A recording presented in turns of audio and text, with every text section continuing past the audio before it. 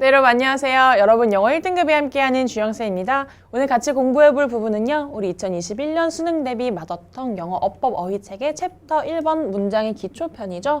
우리가 기본적으로 여러분들 문제 풀고 이제 모의고사 공부하고 연습할 때 영어 문장들을 만나게 되는데요. 그 영어 문장들 어떤 식으로 우리가 해석하고 공부해야 할지 전반적인 문법 개념들 같이 공부하는 시간 가져보도록 하겠습니다. 자, 그 중에서도 챕터 1번에 나와 있는 문장의 기초편 오늘 같이 한번 학습을 해볼 건데요. 문장의 기초, 영어 문장의 성분들 어떤 것들이 영어 문장을 만드는지 또 우리가 만나는 엄청나게 많은 이 영어 문장들을 어떻게 하면 분류해서 조금 더 체계적으로 공부할 수 있는지 같이 한번 알아보도록 하겠습니다. 자, 우리 책의 4페이지에 있고요. 가장 먼저 나오는 1번의 영어 문장의 성분이라는 내용이 나옵니다. 영어 문장의 성분, 영어 문장이 도대체 뭘로 구성이 되어 있느냐? 이거를 여러분들이 파악을 하시고 문장 하나하나를 분석하면서 공부를 하시다 보면요. 이제 문법적인 내용도 그렇고 해석 같은 것도 우리 한 문장에 5문장, 6문장 이렇게 넘어가는 긴 문장 같은 경우들도요. 여러분들이 구조적으로 이해를 하실 수가 있기 때문에 훨씬 더 빠르고 쉽게 이제 문장들을 이해할 수가 있게 됩니다. 그래서 그것 중에서 가장 처음으로 해야 할 것들이 영어 문장의 성분 파악인데요. 우리가 영어 문장의 성분이라고 하면요. 꼭 필요한 것들, 생략할 수 없는 것들이 있고요. 그리고 그것들을 꾸며주는 것, 또 부연 설명해주는 이제 수식어구라는 것들이 있습니다. 그래서 볼 건데요. 자, 생략할 수 없는 부분들이 있죠. 그래서 주어와 동사, 목적어와 보어라는 기본적인 뼈대로 문장을 만들어주고요. 그 다음에 좀 부족하다 싶으면 그 옆에 수식어라는 것들을 이용해서 이제 이 주어, 동사, 목적어, 보어들을 또 꾸며주고 설명해주는 역할을 하게 됩니다. 그래서요, 기본적으로 요 위에 것들, 꼭 필요한 것들은 생략을 할 수가 없게 되고요. 그 아래 나오는 수식어들, 그러니까 결국은 주요 성분을 부연 설명해주는 것들이기 때문에 생략이 가능하다라는 것들 여러분들 꼭 알아놓으셔야겠죠.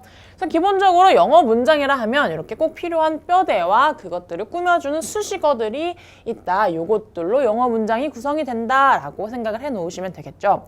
그래서 여러분들이 이제 기본적으로 영어 문장을 만났을 때, 자, 주어, 동사, 목적어, 보어가 누구인지 또 수식어가 누구인지에 대한 파악이 된다면 아무리 긴 문장이거나 또 아무리 복잡한 문장이라도 편하게 해석을 해낼 수가 있겠습니다. 그래서 예시 문장 한번 볼 건데요. 자, 첫 번째 문장부터 보겠습니다. My uncle whom I visit on a month lives near my house인데요. 지금 문장이 좀 긴 편이죠. 한 문장 긴 편인데, 자, 여기에서 주어와 동사가 누구인지 진짜 하고 싶은 이야기가 뭔지에 대해서 우리가 좀 찾아볼 필요가 있겠죠. 그래서 자, 우리 문장에서 가장 빠질 수 없는 것들 주어 동사 먼저 찾아보겠습니다. 그래서 가장 먼저 나오는 거 우리 삼촌 정도가 되겠고요. 우리 삼촌은 삼촌인데, 자, 뒤에 나오는 동사가 또 visit이라는 동사 있고요. 그 뒤에 lives라는 동사도 나오네요. 그래서 한 문장에 지금 동사가 2개가 들어간 거로 확인을 할 수가 있는데요. 우리가 영어 문장이라 하면 주어 하나, 동사 하나로 이루어지는 게 가장 기본적인 세트죠. 그래서 동사가 2개가 될 수는 없고, 그럼 이 둘 중에 하나가 진짜 동사라는 건데, 자, 우리 삼촌은 방문했다, 우리 삼촌은 산다 라는 내용이 되겠죠. 그래서 보면요, 앞에 whom이라는 게 붙어 있네요. 그래서 whom I visit once a month 라는 내용들이, 자, 내가 한 달에 한 번 방문하는 우리 삼촌은 이라는 내용이 될 것이고요. 그 다음에 살고 있습니다. 어디 사냐면요, 우리 집 근처에 살고 있습니다 라는 문장으로 해석이 되겠습니다. 그래서 예를 좀 분석을 해보면요, 우리 삼촌이 주어고요. 우리 삼촌이 살고 있죠. 살고 있다라는 lives 동사가 되겠습니다. 그리고 near my house는요, 이제 또 여기 나오는 수식어, 꾸며주는 말이 되겠죠. 우리 삼촌이 살아요. 살긴 사는데 어디 사냐면요, 우리 집 근처에 삽니다 라는 수식어가 되겠고요. 그 다음에 whom I visit once a month 같은 경우도, 자, 내가 삼촌 집에 놀러 가는데요. 한 달에 한 번 놀러 가는지, 2달에 한 번 놀러 가는지, 요거에 대한 것은 꼭 필요한 내용까지는 아니지만 그래도 있으면 좋은 내용에 속하는 수식어 부분이 되겠죠. 그래서 여기도 이제 꾸며주는 부분이 되겠습니다. 그래서 가로친 부분이 이제 수식어 부분, 주어와 동사 빠질 수 없는 내용들. 그래서 영어 문장이 이렇게 구성이 된다라는 거 알 수가 있겠고요. 그 다음 문장도 한번 보면요. I saved a kid whose life was in danger입니다. 그래서 나는 아이를 구했어요. 근데 어떤 아이냐면요, 그 아이의 생명이 위험에 처해 있었던 아이를 구했습니다 라는 문장이 되겠죠. 그래서 이 문장을 또 한번 분석해보면요, 내가 구했습니다. 누굴 구했냐면요, 아이를 구했어요. 근데 아이를 구했는데 어떤 아이를 왜 구했는지에 대한 상황 설명이 필요하겠죠? 그래서 그 뒤에 나오는 whose 관계대명사가 열려서 이렇게 아이를 꾸며준다라는 것까지 뒤에 나오는 수식어구가 앞에 목적어를 꾸며준다라는 내용 우리가 파악을 할 수가 있겠죠. 그래서 지금 보면은요, 뭐 전치사, 뭐 관계사절 이렇게 나왔는데요. 아직까지 이런 것까지 여러분들이 꼼꼼하게 이제 이해 안 하셔도 괜찮을 것 같고요. 지금 처음 파트에서는 자, 영어 문장이 주어, 동사, 목적어, 보어라는 기본 뼈에 수식어라는 이제 수식해주는 설명하는 부분들이 있구나라는 거 이해 딱 하고 넘어가시면 이제 되겠습니다. 그래서 우리가 기본적인 것들 이렇게 보고요. 자, 그러면 요것들이 모여서 영어 문장을 어떻게 만들어내는지에 대해서도 한번 좀 생각을 해볼 필요가 있겠죠. 그래서 방금 앞에서 봤던 것들을 가지고 영어 문장을 만드는데요. 자, 영어 문장이 너무너무 많죠. 셀 수 없이 많은 영어 문장들이 매일매일 나타나는데요. 자, 그 영어 문장들의 규칙이 없으면 우리가 이걸 공부하거나 또 풀어낼 때 굉장히 어려움을 겪게 되겠죠. 그래서 전 세계에 있는 모든 영어 문장들은요, 딱 5개로 나뉘어집니다. 이 5개로 구분을 할 수가 있는데요. 우리는 영어에서 이거를 O형식이라고 배웁니다. 그래서 이렇게 초등학교 때부터 고등학교 때까지 굉장히 다양한 형태로 O형식에 대해서 공부를 하는데요. 자, 우리가 이제 형식도 하나하나 보도록 하겠습니다. 우리가 배우는 모든 영어 문장들은 이 형식을 가지고 구분을 지을 수 있으니까요. 이 형식에 대한 개념을 좀 제대로 잡아 놓으셔야 여러분들 어떤 문장을 만나도 흔들리지 않고 탄탄하게 해석을 해낼 수가 있겠죠. 그래서 1형식부터 볼 건데요. 자, 1형식부터 5형식까지 절대 빠지지 않는 것들이 있죠. 주어와 동사는 기본적으로 우리 영어 문장이 꼭 들어가야 한다. 누가 무엇 했다. 이거는 기본적인 세팅이 되겠고요. 그 뒤에 이제 뭐가 붙느냐에 따라서 형식이 나뉘어지고 어떻게 해석이 되는지가 달라지게 되겠죠. 그래서 1형식은요, 기본적으로 주어와 동사입니다. 그래서 예시를 좀 보면요, The baby cried인데요. 아기가 운다. 입니다. 여러분들 책에 있는 예시랑 다 똑같은 거니까요. 책 보시면서 공부하시면 될 것 같고요. 자, 아기가 웁니다. 주어와 동사고요. 아기가 우는데 어떻게 울어요? 시끄럽게 울어요. 또는 소리를 크게 울어요. 아니면 잠깐 울었어요. 와 같은 부연 설명들은 방금 앞에서 봤던 수식어가 되겠죠. 그래서 우선은 주어와 동사라는 걸로 1형식을 구분을 해주고요. 그 다음에 이제 좀 뭐가 붙어야겠습니다. 뒤에 부연 설명이 필요해요. 그래서 나온 게 2형식입니다. 주어 동사 뒤에 보어라는 게 붙어요. 여기서 보어라는 건요, 보충하다, 꾸며주다 라는 말인데요. 예시 한번 보겠습니다. He looks happy예요. 그는 행복해 보입니다. 자, 행복해 보여요. 그가. 여기에서 보면요, 주어 동사 뒤에 주격 보어라는 게 나오는데요. 자, 보어는 꾸며주는데 누굴 꾸며주느냐? 요 주격, 주어를 꾸며주는 말입니다. 그래서 방금 전에도요, 해피한 게 그였죠. 그가 행복해 보인다. 행복해 보이는 사람을 꾸며주는 것. 이게 바로 주격 보어가 돼서 우리 이 형식은요, 주어 동사 뒤에 주어를 꾸며주는 말, 주어에 대한 부연 설명을 해주는 말이 되겠습니다. 자, 1, 2형식은 이렇게 나왔는데요. 자, 중간에 제가 빨간 줄 하나 그어놨죠? 빨간 줄 그어놓은 이유가 1, 2형식과 3, 4, 5형식을 구분하는 방식이 있는데요. 자, 간단합니다. 기본적으로 1형식과 2형식에는 목적어라는 게 없는데요. 3, 4, 5형식에는 목적어 계속해서 목적어가 붙고 있죠. 그래서 여기서도 차이를 둘 수가 있겠습니다. 1, 2형식은 목적어를 쓰지 않는 동사, 그러니까 자동사를 씁니다. 혼자 스스로 우리가 문장을 구성해 내갈 수 있는 능력이 있는 자동사들, 목적어를 쓰지 않고요. 그 뒤에 3형식부터 5형식까지는 목적어가 꼭 있어야 문장이 성립이 되는 타동사입니다. 그래서 이렇게 우리가 문장을 1, 2형식, 그리고 3, 4, 5형식으로 구분을 해줄 수가 있겠고요. 1, 2형식 같은 경우는 동사 뒤에 보어가 붙는 것들이 되겠고요. 그 뒤에 3, 4, 5형식은 목적어가 붙어서 또 새롭게 문장이 구성이 된다라는 거 볼 수가 있겠죠. 3형식부터 보면은요, 이제 목적어가 나오네요. 주어 동사 목적어인데요. 자, Amy likes her teacher입니다. Amy는 그녀의 선생님을 좋아해요 라는 문장인데요. 자, 방금 봤던 이 형식의 보어랑 약간 다른 게 하나 있죠. 그는 행복해 보입니다. 그에 대해 설명을 하는 거였고요. 여기서 에이미가 선생님을 좋아합니다 인데요. 자, 에이미와 선생님은 같은 게 아니죠. 서로 동격이 아닙니다. 단지 좋아한다인데요. 좋아한다의 대상이 되겠습니다. 그래서 우리가 목적어라는 것은요, 동사와 연관이 있는 겁니다. 동사가 무엇을 하는지, 동사의 대상이 된다라는 게 목적어고요. 보어는 주어를 꾸며준다거나 또 뒤에 나오는 오형식의 경우에 목적어를 꾸며준다거나 누구를 꾸며주는 역할을 하는 거기 때문에요. 우리 보어랑 목적어의 역할은 헷갈리지 않고 또 개념 제대로 알아놔야 되겠죠. 그래서 사명식은 기본적으로 목적어가 이렇게 한 가지가 나와서 이제 문장을 성립을 하고 있고요. 그 다음에 사형식 같은 경우는 이제 목적어가 하나가 아니라 두 개가 나오게 됩니다. 그래서 조금 이제 많은 친구들이 사형식 문장을 헷갈려 하는 경우가 많은데요. 우리가 실제로 많이 보이는 문장이기 때문에 또 형식 한번 봐보도록 하겠습니다. 주어 동사 당연히 나오고요. 뒤에 목적어 두 개인데요. 이름이 다르네요. 간접 목적어라는 게 나오고요. 직접 목적어라는 게 나옵니다. 자, 여기서는 우리가 생각해야 될 게 내가 줬어. 주어가 줬는데 뭘 줬느냐 요거에 대해서 생각해 보는 게 좀 관전 포인트입니다. 그래서 예시 한번 보면요. We sent him a postcard입니다. 우리는 그에게 엽서를 보냈습니다. 라는 문장인데요. 자, 우리가 뭘 보냈죠? 여기서 그에게 보낸 게 바로 엽서입니다. 그래서 진짜 보낸 거, 직접 보낸 거, 뭘 보냈는데 엽서 보냈어. 그게 바로 직접 목적어입니다. 우리가 보낸 건 이거야. 그리고 누구한테 보냈는데 받는 사람이 간접 목적어가 된다라고 생각을 해놓으면 조금 쉽겠죠. 그래서 보통 간접 목적어 같은 경우는요. 요 직접 목적어 어떤 물체를 받는 사람이 되겠고요. 사람 혹은 대상이 되겠고요. 직접 목적어라는 것은 실제로 보낸 것, 어떤 것을 주었는지에 대한 어떤 사물이나 물건이 되겠다라는 거 알아놓으시면 되겠습니다. 사형식 같은 경우는 목적어가 두 개가 나오죠. 그런데요. 요 사형식을 또 사명식으로 변형해서 쓰기도 합니다.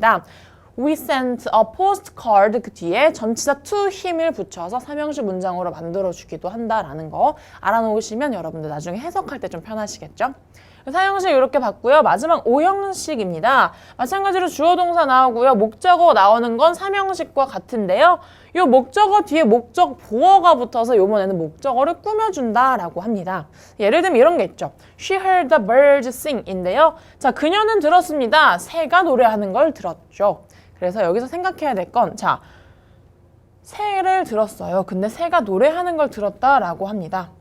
그래서 여기서 노래하는 것은요. 그가 아니라 새, 목적어라는 거죠. 그래서 방금 전에 이 형식에서 봤던 그가 행복해 보인다 라는 것과 같은 맥락이죠. 단지 꾸며주는 대상이 다를 뿐 새가 노래한다. 그가 행복해 보인다 라는 거. 주어를 꾸며주느냐 목적어를 꾸며주느냐에 따라 다른 것뿐이지 하는 역할과 일은 같다라는 걸 알 수가 있겠죠. 그래서 우리가 목적어도 쓰임 방법에 따라서 목적어가 하나 쓰이고 또 두 가지 쓰이고 목적어를 꾸며주는 역할까지 하는 오형식까지 봤는데요. 자, 형식 같은 경우는요. 여러분들이 이걸 그냥 주어 동사 보어 이렇게 암기하는 식으로 공부하지 마시고요. 문장을 만날 때 하나하나 주어, 동사 그리고 뒤에 나오는 것들을 분석을 해보시면서요. 여러분들 나중에 기본적인 문장들 하나하나 봤을 때 바로바로 나올 수 있을 때까지 연습을 하시면 이제 긴 문장도 편하게 분석을 하실 수가 있겠습니다. 그래서 형식 내용들 여러분들 꼭 파악을 해두시고요. 이제 이 문장들, 형식을 가지고 기본적인 것들, 어떤 것이 이제 문장을 또 구성을 하는지, 우리 문장을 뭘 가지고 만들어야 될지에 대한 내용 한번 파악을 해볼 건데요. 자, 그 타임에 나오는 건데요. 문장의 구성 요소라는 게 나옵니다. 자, 문장을 구성하는 것도 세 가지라고 여러분들 책에도 나와 있을 텐데요. 단어, 구, 그리고 절 이렇게 세 가지가 나와 있습니다. 자, 단어라는 것은요. 여러분들이 매일매일 단어장 들고 다니면서 외우는 그 단어죠. 의미의 최소 단위라고 되어 있는데요. 자, 우리 애플이라는 단어를 떠올리면 사과가 떠오르죠. 여기 사과가 떠오르는데요. 애플은 하나의 의미를 가지고 있습니다. 그런데요. 애플이 아니라 뭐 A나 P 는 어떤 의미가 없죠. 그냥 알파벳이겠구나 라는 생각이 들지 단어가 아닙니다. 그래서 기본적으로 문장을 구성을 한다라는 것은요. 의미를 가지고 있는 어떤 단위들이 되겠고요. 그 단위들은요. 우리가 알고 있듯이 뭐 명사, 대명사, 동사, 형용사, 부사, 전치사 등 여러 가지의 품사를 가지고 우리 문장에서 사용이 되고 있습니다. 그래서 이런 단어들이 모여서 만들어내는 게 구와 절인데요. 자, 구와 절의 차이를 한번 볼 건데요. 뒤에 빨간 글씨로 제가 써놨었죠. 그래서 두 단어 이상 완결된 의미를 갖는다라는 것은 구와 절 모두 마찬가지입니다. 그런데요. 둘이 가장 큰 차이점은 이거죠. 주어와 동사가 포함이 되어 있느냐, 포함이 되어 있지 않느냐의 차이입니다. 그래서 구는요. 주어 동사가 포함되어 있지 않고요. 절은 주어 동사가 포함이 되어 있습니다. 주어 동사가 포함이 되어 있다는 것은요. 하나의 문장으로서 역할을 할 수 있다는 거고요. 구는 단어가 여러 개 모여 있긴 하지만 주어 동사가 없기 때문에 어떤 문장으로서의 성립은 되지 않는다라는 거겠죠. 그래서 방금 우리가 형식을 봤는데요. 그러니까 1형식부터 5형식까지 모든 형식에 주어와 동사가 들어있었죠. 그래서 절은 그런 형식에 속하는 문장이 될 거고요. 구는 주어 동사가 없기 때문에 그냥 하나의 어떤 단어가 모여있는 덩어리가 되겠다라는 걸로 이해를 하시면 되겠습니다. 근데 문제는요, 요 구와 절이 또 각각 하는 역할이 다릅니다. 문장 내에서 어떤 역할을 하고 또 어떻게 쓰이는지 한번 확인을 좀 해볼 건데요. 자, 구는 명사 구, 형용사 구, 전치사 구로 쓰입니다. 이게 구 앞에 명사, 형용사, 전치사가 붙어 있다라고 해서 조금 어렵게 생각하실 필요가 없겠고요. 자, 명사가 하는 일, 형용사가 하는 일, 전치사가 하는 일 그냥 똑같이 생각을 하시면 되겠습니다. 명사 같은 경우는 우리 문장에서 주어, 목적어, 보어로 쓰이고 있고요. 형용사 같은 경우는 우리가 앞에 나오는 어떤 명사를 꾸며주는 역할을 하고 있겠죠. 명사를 꾸며준다거나 보어 역할을 하게 될 거고요. 전치사구 같은 경우는 말 그대로 우리가 조사의 역할을 하고 있기 때문에 그 뒤에 붙어서 나오는 수식을 해준다라는 걸 알 수가 있겠죠. 그래서 예시 하나하나 볼 건데요. 자, The chair in my room is old입니다. 내 방에 있는 그 의자는 낡았어요 라는 말인데요. 여기서 지금 보면은요, 우리 주어가 길어요. 내 방에 있는 의자가 다 주어고요. 동사가 여기 is 비동사, 여기 old가 이제 보어로 이형식 문장으로 나오고 있다라는 걸 확인을 할 수가 있겠죠. 그래서 요 긴 구, 주어와 동사는 없지만 단어들이 뭉쳐져서 만들어진 요 구라는 것이 이 문장 내에서 주어 역할을 하고 있습니다. 그래서 주어는 명사의 역할을 하고 있죠. 그래서 명사구가 되겠습니다.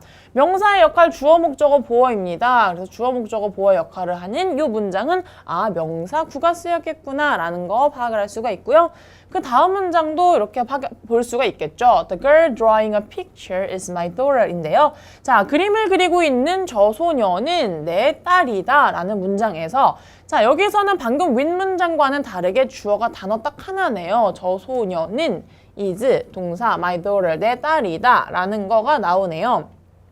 내 딸이다 라는 내용인데요. 자, 나의 딸, 저 소녀를 설명하기 위해 나온 내용들 drawing a picture가 있죠. 그림을 그리고 있는 그래서 소녀 앞에 거를 꾸며주는 요 뒤에 나오는 구들 형용사의 역할을 하고 있죠. 명사를 꾸며주는 역할을 한다. 형용사 구라는 걸 알 수가 있겠고요.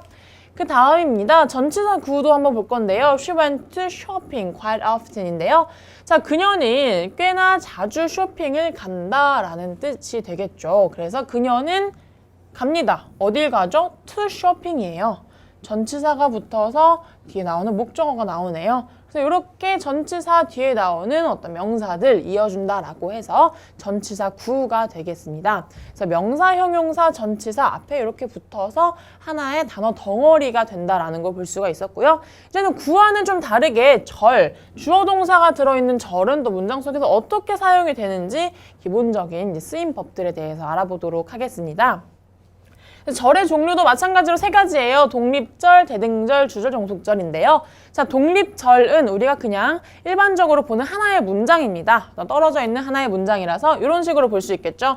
I studied hard to pass the exam인데요. 자, 나는 시험에 통과하기 위해서 열심히 공부했습니다. 라는 내용이죠. 주어 동사 안에 들어있고요. 또 열심히 공부했다 라는 내용들 뒤에 부연 설명까지 들어있어요. 그래서 하나의 문장, 독립된 문장입니다. 이걸 독립절이라고 하죠. 그리고 그 다음으로 알아야 될 게 대등절입니다. 대등절이라는 건요. 앞과 뒤가 동일한 것들을 연결한다라는 건데요. 자, 등위 접속사라는 말, 이 접속사를 가지고 쓰는데요. 등위 접속사라는 것은요. and나 but, or so 같이 앞뒤 같은 것을 연결할 때 써줍니다. 그래서 이렇게 볼 수 있겠죠. I received the letter and I read it인데요. 자, 저는요. 편지를 받았고요. 그리고 그것을 읽었습니다. 라는 내용이에요. 그래서 내가 and를 사이에 두고요. 나는 편지를 받았고요. 그 다음 나는 읽었습니다. 주어와 동사, 목적어, 그리고 또 주어와 동사, 목적어라는 두 개의 절, 같은 의미를 갖는 절이 and라는 접속사를 두고서 동일하게 연결이 되고 있다라는 걸 대등절이라고 하고요. 그 뒤에 나오는 이제 주절과 종속절이 나오죠. 요거를 조금 파악을 잘 하셔야 되는데요. 자, 말 그대로 종속의 접속사라는 것을 씁니다. 뭐뭐 때문에, 뭐뭐에도 불구하고 이러한 접속사들을 사용하면서 실제로 내가 무슨 말을 하고 싶은지에 대해서 이야기를 하는데요. 예문으로 보면 좀 이해가 쉬울 겁니다. Since I have no money, I can't buy it인데요. 자, 내가 돈이 없기 때문에 난 그것을 살 수가 없어요 라는 내용이에요. 그래서 보면은요, 여기서 진짜 하고 싶은 내용은 난 돈이 없어가 아니라 나는 그것을 살 수가 없어 라는 내용을 말하고 싶습니다. 그래서 진짜 이야기하고 싶은 것이 무엇인지 그걸 파악해서 주절이라고 볼 수가 있겠고요. 그리고 종속절, 종속의 접속사, 이것을 하지 못하는 이유 또는 우리가 근본적인 설명이 들어가는 문장들을 종속절이라고 하고요. 또 종속의 접속사가 들어가 있는 문장들을 보고 우리가 종속절이라고 합니다. since 뭐뭐 때문에 라는 접속사가 들어있는 자, 내가 돈이 없어요 라는 이 문장을 종속절이라고 볼 수 있겠죠. 그래서 우리가 요거를 이제 학교에서 배울 때는 뭐 아는 문장과 안 긴 문장 이렇게 배우는데요. 자, 실제로는 하고 싶은 이야기가 뭔지 그리고 그것을 부연 설명해 주는 것이 뭔지를 나눠서 주절과 종속절로 파악을 해주시면 여러분들 절 파악하는 거 조금 더 쉽게 할 수 있겠습니다. 그래서 우리가 오늘 이제 형식, 문장 구분이 어떻게 되어 있는지, 또 어떤 방법으로 문장을 나눌 수 있는지, 또 구와 절, 이 차이점에 대해서 좀 봤는데요. 이 부분이 굉장히 쉽고 항상 챕터 1번에 나와 있다라고 해서 우리가 좀 개념 공부를 소홀히 할 수가 있는 경우가 많습니다. 그런데요, 이런 부분들 우리가 제대로 파악하지 않고 넘어가면요, 문장의 단어 길이가 길어지면 길어질수록 또 복잡해지면 복잡해질수록 여러분들이 제대로 문장을 파악하지 못하는 경우가 생기기 때문에요. 이런 개념들 오늘 제대로 파악을 하고 옆에 있는 예시 문제 풀어보고 또 이제 뒤에 실전 문제 풀어보도록 하겠습니다.